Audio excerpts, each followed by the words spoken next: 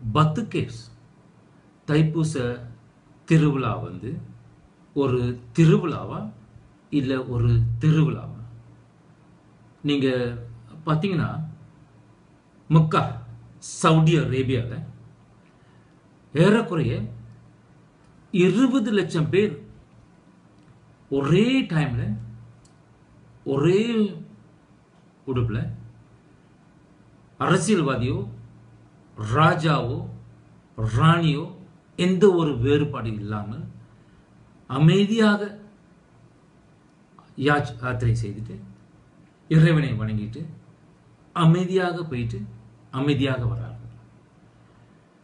இதே நீங்க பார்த்தீங்கன்னா புத்தர் வணங்குறவர்கள், புத்தர் பெருமான் வணங்குறவர்கள் நீங்க நேபாள் காத்மாண்டுவில் லட்சக்கணக்கான பேர் அங்க சென்று புத்தர் பெருமானை வணங்கி அமைதியா அதே உடுப்பில் சென்று அமைதியாக அவரை வணங்கிட்டு வர்றாங்க.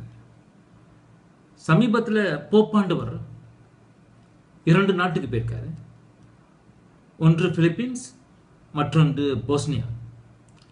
பிலிப்பீன்ஸில் பார்த்தீங்கன்னா லட்சக்கணக்கான பேர் போப்பாண்டவரோடு சேர்ந்து அமைதியாக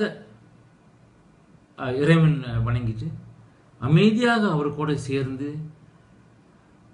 இறைவனை வணங்கிட்டு அமைதியாக சென்றார்.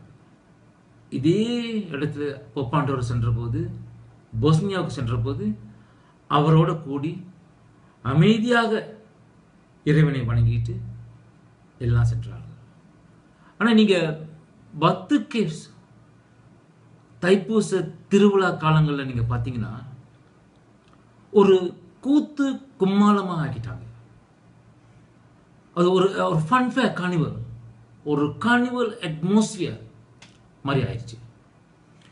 நீங்கள் பார்த்தீங்கன்னா அந்த மெயின் என்ட்ரன்ஸ்ல இருந்து படிவாசலுக்கு செல்றதுக்கு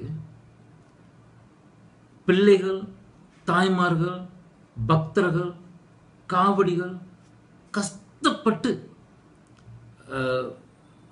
போறாங்க. ரொம்ப அவதிப்படுறாங்க. காரணம் ஏன்னு கேட்டீங்கன்னா, நிறைய கடைகளை போட்டு நிறைய வியாபாரிகளை வர வைத்து காசு சம்பாதிக்க சிலர் ஆசைப்படுறாங்க. இதனால நமது பக்தர்கள் முருகன் பெருமானை வணங்குறதுக்கு ரொம்ப கஷ்டப்பட்டு தான் செய்றாங்க. கூத்து கும்மாளமா ஒரு இடமா ஆயிடுச்சு.